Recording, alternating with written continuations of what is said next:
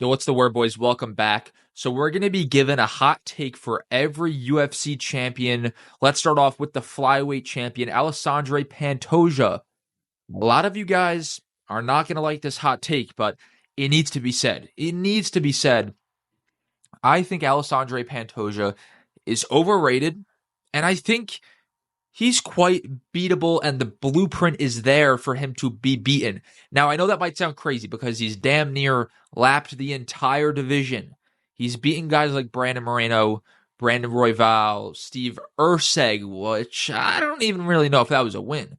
But he's beaten like everybody. He beat Kai France like damn near 9 years ago on The Ultimate Fighter. He's beaten everybody. But when I watch Alexandre Pantoja fight, especially in the Steve Erceg fight, I think the blueprint is there for him to be beaten. And I personally believe, and I'm confident, and I stand by it, that Steve Erceg won that fight. It's a damage-based scoring system, and I truly believe Steve Erceg won that fight. And I want to clear a few things up.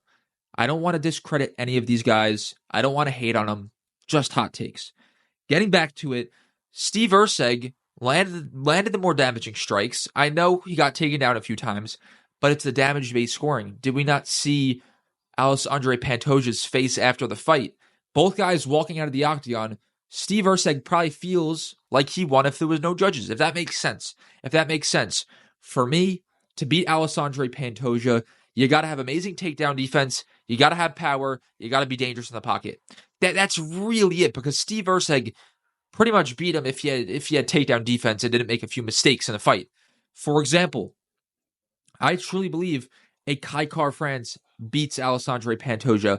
I know there are going to be some people saying, oh, he beat Kai France. He already beat him. Blah, blah, blah. I don't care. That was 9 years ago. Both fighters are completely evolved from that point. But Kai France, he has a ton of power. He's dangerous in the pocket. He's a well-rounded striker, more well-rounded than a Steve Erceg. He has used the offensive grappling a very, very small amount in his career. So he can go to that if he needs to and if he wants to. He's shown the wrestling here and there. And he's also very dangerous in the pocket. With the amazing takedown defense, I believe he beats Alexandre Pantoja right now. I think if they fight tomorrow, I believe Kai France wins that fight. So for me, Alexandre Pantoja is a little bit overrated. He's beatable, and the blueprint, is there for him to be beaten. Let's move on to the bantamweight champion, Sean O'Malley. And I think Sean O'Malley is 3 wins away from being a top 15 UFC fighter of all time and the bantamweight GOAT. So out of every division, the bantamweight GOAT might be the weakest out of all the GOATs. For me, it is absolutely no debate Dominick Cruz. He has 5 title defenses if you include the WEC, correct? Right. Sure. Yes, that is that. I don't know what the fuck I'm talking about. So he has 5 title defenses in the UFC and WEC. Sean O'Malley, if he wins this fight, would have 5 title fight wins.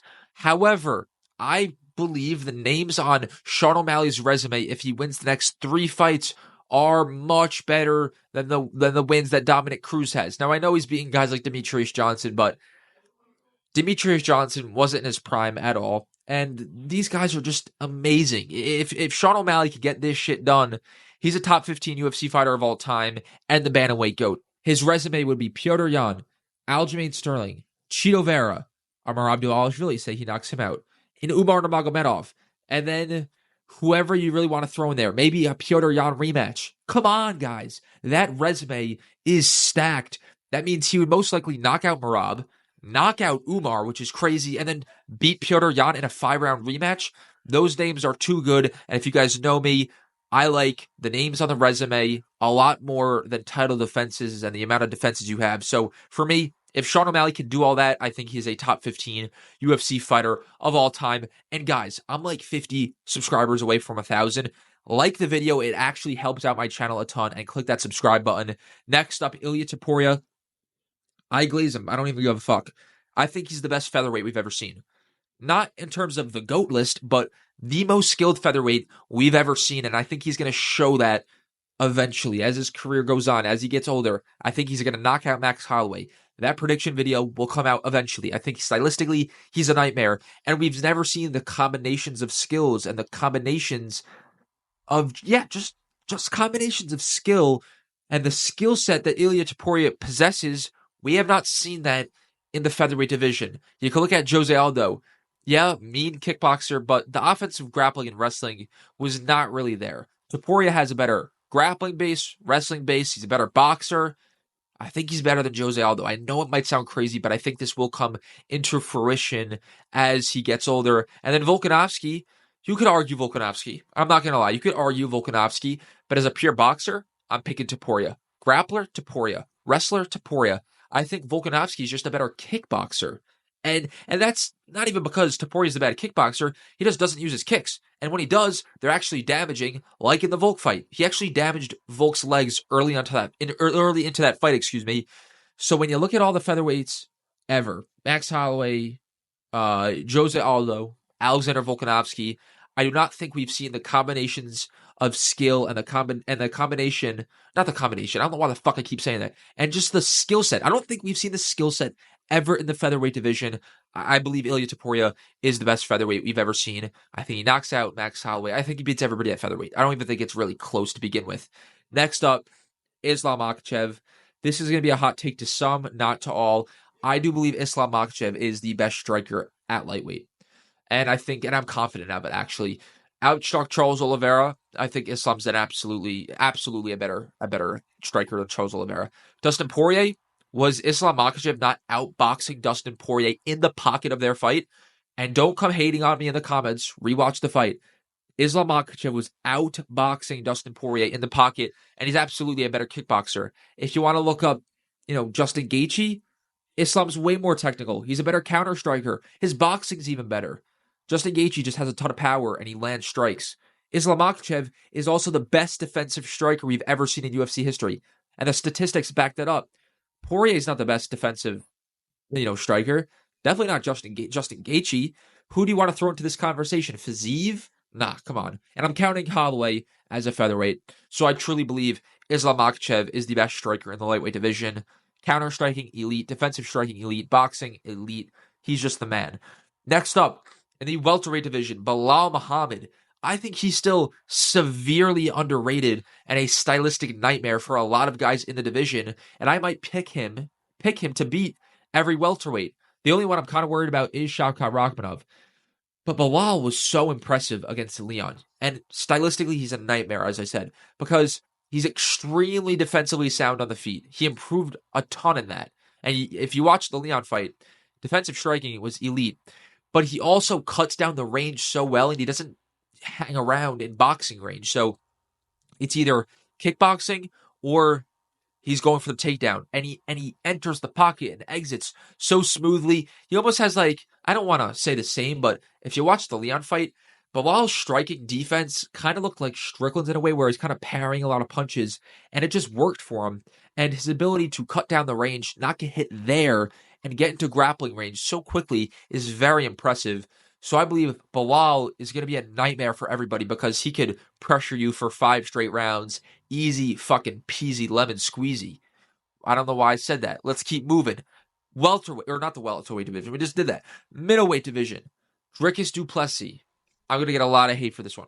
I'm going to get a lot of hate. I still don't think Dricus is that good. In terms of the other champions. Obviously, he's still an amazing fighter. But when I watch his fights, there's openings. There are openings. As much as you want to say his style works for him, yada, yada, yada, there are openings on the feet. If Israel Adesanya or Robert Whittaker just planted their feet and struck back, Dricus du Plessis was all over the place in the striking department. All over the place. You can beat around the bush all you want, but there are openings. And that's why I'm worried for him against a guy like Alex Pereira. Also, I don't think the grappling and wrestling is all that good. I know it's very good, but it's not like an Islam Makhachev level.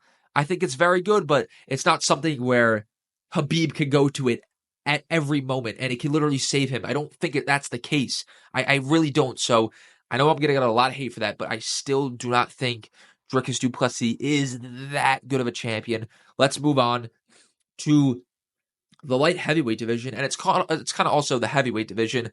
I think Alex Pereira does a lot better at heavyweight than a lot of people would think. I think people look at the size and they're like, oh, no, he can't do it. He can't do it. He can't beat Tom Aspinall. And I would agree with you, but I think he'd be fine at heavyweight in terms of size and strength. I think he'd actually be okay. And the power would be insane. Now, I'm not picking him to beat a John Jones, an Alex Pereira, or maybe even a Alexander Volkov, but there are people out there that think he gets destroyed by everybody, and I don't think that's the case. I wouldn't be surprised if he beats a Cyril Gane.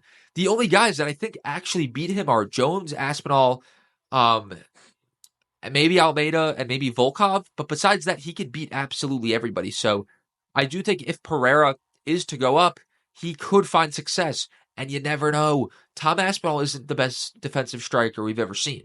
I'm just throwing that out there. Finally, in the heavyweight division, Tom Aspinall, the undisputed heavyweight champion, I think he absolutely runs through and destroys John Jones. I think he absolutely destroys him. I think at the heavyweight division, speed and power is so much, and it means so much, excuse me. And when you're as technical and good as Tom Aspinall, it just goes together so well. I do not think John Jones will be able to handle the power and the speed of Tom Aspinall in any capacity. I don't know. I don't care how many leg kicks he's throwing. I think Tom Aspinall blasts the 1-2. I think he stuffs the takedowns. And I think he destroys John Jones in 2 rounds. I know it might sound crazy. I also sound congested, but I truly 100% believe that Tom Aspinall destroys him. And I think he destroys every other heavyweight on the planet. Let me know what you guys think in the comment section down below. Don't forget to follow all my socials. Link will be in the description. Like, subscribe. Peace out.